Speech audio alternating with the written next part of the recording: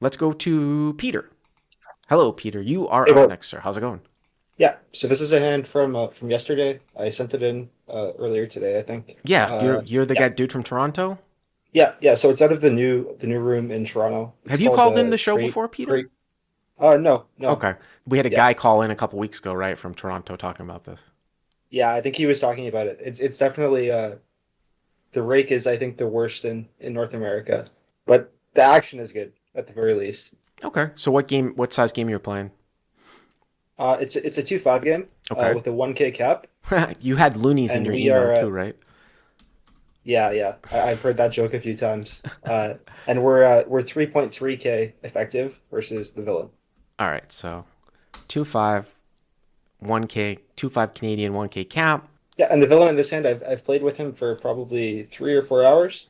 Hmm. He's playing 35-40% of hands. Okay. I see him in the room a fair bit. I've never actually played with him, but he's definitely playing for fun, but is like semi-competent. He knows somewhat what he's doing. Just plays too many Uh, hands. exactly, yeah. Okay. So Preflop, hijack, who is a spot, limps for 5.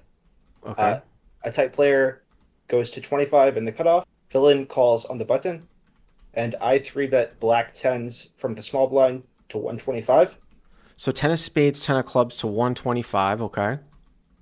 Yep. Uh-huh. Cutoff folds, and button calls. Cutoff folds and button calls. So obviously the limper folds. So this is a double Yep. flat again. So it's Yep. it's interesting because the button here, I mean, you've got a late position limp from the hijack, cut off to 25. Button calls, that's usually going to be a very weak hand in terms of anything decent should Yeah. be three betting there, right? Against a hijack limp, a cutoff open to 25. So, you start to think about what kind of range that kind of consists of. You guys are fairly deep. Yeah. With a more reasonable rake structure, I think I might flat sometimes, but I'm just always 3-betting this out Do of the they small blind with do the they the take a the big rake. modified rake though when did they take some money when there's no flop? Yeah, pre-flop, it's no flop, no drop. So Oh wow, that actually does make 10% quite a up to difference. 20. Yeah, yeah. Yeah. Especially in that structure. When you're dealing with a huge rake, but there's no rake pre-flop, if you don't see a flop, then you're certainly incentivized to win some pots pre. Whereas in California, they actually took $2 anyways, Yeah. with no flop. Okay, And flop comes 3-3 deuce with 2 diamonds. Yeah. yeah, okay. So you've got an overpair here. I mean, Yep. this you should have the best hand here, just almost always, unless he's got like deuces full or like flop like quad threes. I mean, I guess Yeah. once in a while, maybe like ace three suited, but rare. But you'd have the best hand here a lot. Yep. Yeah. So I decide to play it as a big bet board. I lead for 200. He thinks for about 10 seconds and raises to 1,000. To 1,000. Yeah. It was actually all of his black chips, which I thought was interesting. Wow. Yeah. So I'm just trying to figure. I mean, right off the cuff, when I take a look at something like this, it's like, well, do you have Are your options only to go all in or call? If you called, it would be 22.85, and you guys would have like about a pot size bet left. So I don't think the Yeah. options are always just to jam or fold or something like that. I think you could call the question though is that like I don't know how you. It's a really weird spot when you call to leave. I would say one SPR because Yep. if he's if he has any clue whatsoever, say he was raising like a combo draw, like 4 or 5 of diamonds, okay, like he should almost always take a card here on the turn. I feel like if you call and he bricks because if it's not a diamond and you called his 1K raise on the flop, you always have an overpair, right? I Yeah. mean, I guess you could have diamonds sometimes too, but it would just be it would be seem like suicide to bluff turn. The reason why I bring that up is if you call and you're always going to check turn, are you just sort of giving him a free card? It's a weird. It's just like, what do you? Sometimes we talk about this. Like, is this ever like a stop and go? We think about that in tournaments. You know what a stop and go is? Yeah. I was thinking like if it's smaller, maybe it's some weird merge thing with a weaker overpair. but this is so big that it's like Yeah, I mean, super. maybe if you went 200 and you made it like 450 or something, not for 1,000. But you know what I'm talking Yeah, about, like a stop and go? yeah. Like he just wants to check back No, turn. you Or stop and go. oh, you want me to jam turn? Well, I'm saying Or like we don't talk about that much. I'm saying, is yeah, this ever a stop and go from you where you call and you're like, but what are you waiting for? Like, what are you waiting for a non-diamond yeah, and then you just bet? Because yeah, the reason why I say that is here's the reason why.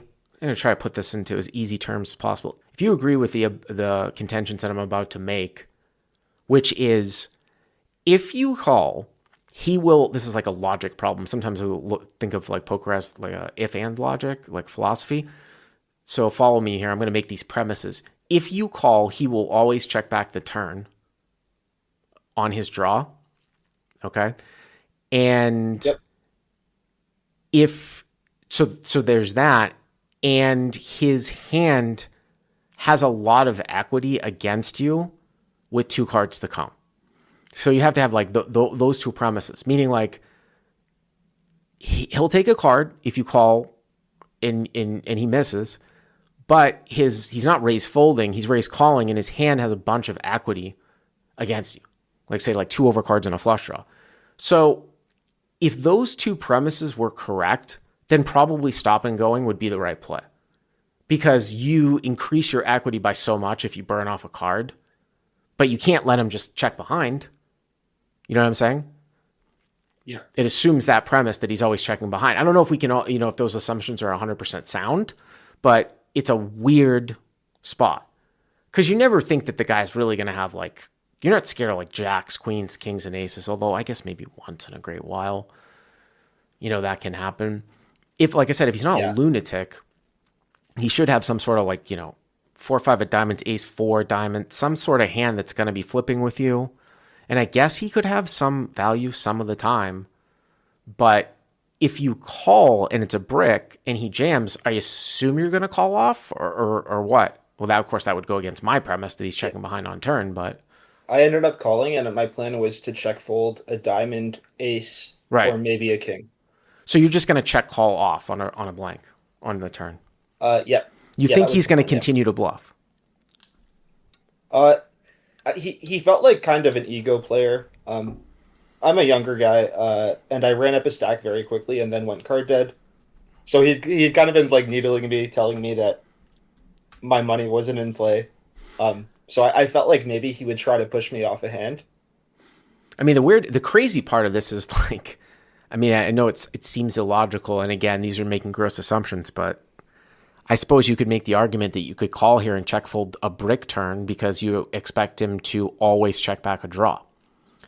So you have a situation where he's got some draws and some thick value, and with the thick value, he bets all in on the turn, and you fold, and with the draws, he checks back, and then you just reveal the river, and at that point, you just win the hand if the draw breaks out. But it's a really, really awkward sort of stack size. That's why this whole sort of stop and go kind of popped in my mind. Maybe it's because I've been playing a fair amount of PLO lately where you can have a gigantic draw and you have the equity to continue against somebody who might put an extra bet in post flop, but you actually wait for a non-board pairing card on the turn because your equity goes down to 0 so you basically you call you call a raise post flop and then you're gonna call off as long as the board doesn't pair.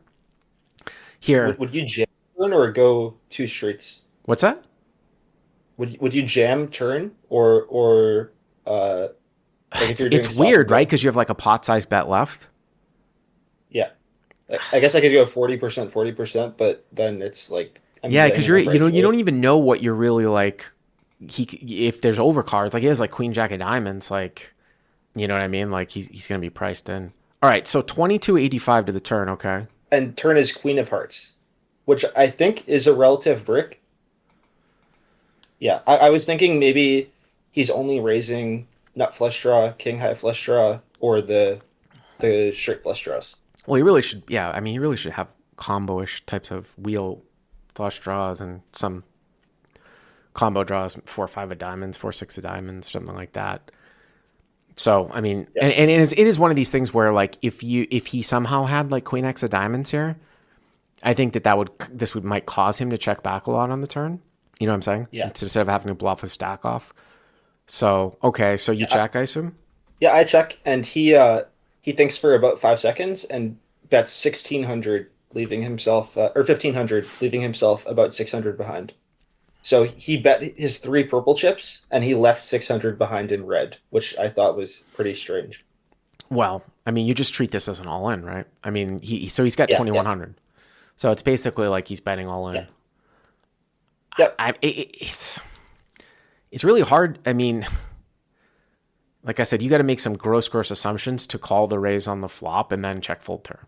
And those are on this yeah, card. And those gross assumptions are that like he's always checking back with a draw because it looks like you have an overpair, and he's yep. just betting his thick value, like deuce is full or a three when he bets. But that's some pretty gross assumptions. I do feel like the queen. I tend to agree with you that it's somewhat inconsequential.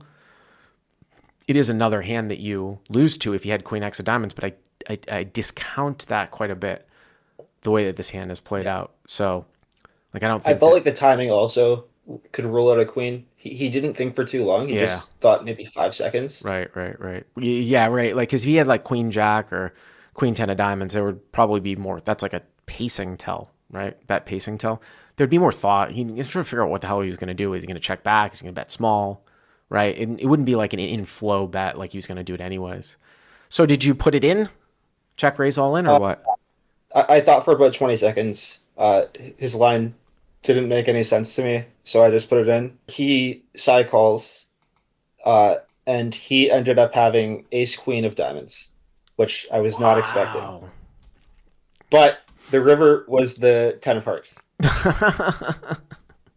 So it was a weird hand. That I is did not very, expect very to see that as strange. I well. mean, I guess that might be the one queen that sort of screws you. Why did he sigh call? Yeah. He's only left himself a $600. I figure he just thought it. Like I did it pretty quickly. I just didn't believe him. Uh huh. Um, Hmm. So what if the turn was an offsuit king? yeah, king was the weird one. I thought I could pretty comfortably fold an ace or a diamond, Uh huh. but I don't know about a king. Yeah. Interesting. Well, I appreciate the call. Thank you very much.